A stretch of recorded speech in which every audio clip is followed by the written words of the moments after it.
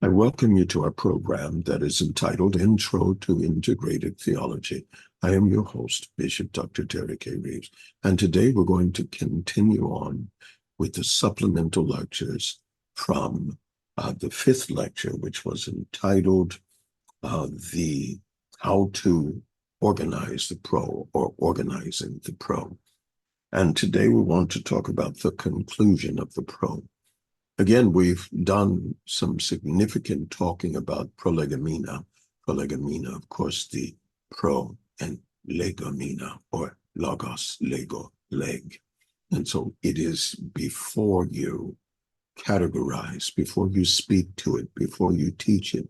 And so the pro then is the mental obligation and the mental objective of pulling things together that will be added into a theological system. And in pulling these things together, there is an objective for every element that will bring more information concerning God to the table. And so you have to think, what is it that God is trying to get us to know? What is it that the Word of God reveals to us? What is it that God would like us to understand to a greater degree about ourselves, about our relationship with Him, about all that He has created for the plans and the purposes, His eternal plans and purpose. And so the context of the Word of God, past, present, and future tense, as it is explored in the context of what the Latins called the Bibliotheca Divina, the holy books of God or of light.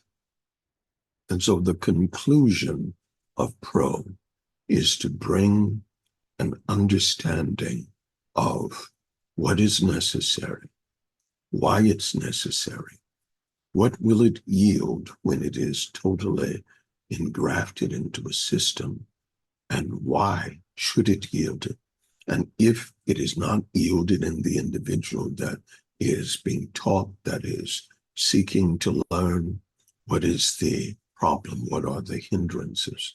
And then how do you collectively add these materials to make a congruent, systemic system of integrated theology? How does the mind approach an integrative theology? What happens when the mind begins to stray off of the standard logic or critical thinking that's necessary to understand it? What part does discernment of the spirit, because spiritual things are spiritually discerned? This means then that even as we study anything concerning God, He must be the counselor, He must be the instructor, He must lead and guide us into all truth as we endeavor to study. Some of the ancient processes of studying the Word of God, a person would always pray, they would anoint themselves, and in many cases, they would fast before, sometimes during, and sometimes after they made their preliminary conclusions. With the preliminary conclusion, you are now saying, I'm satisfied with this knowledge, and so this is what I think should be in the system. This is how I think it should be organized. And it's preliminary because in order to validate the system as an authentic, integrated theology, you must go through it again with a fine-tooth comb. And so they that would study the Word must not be lazy.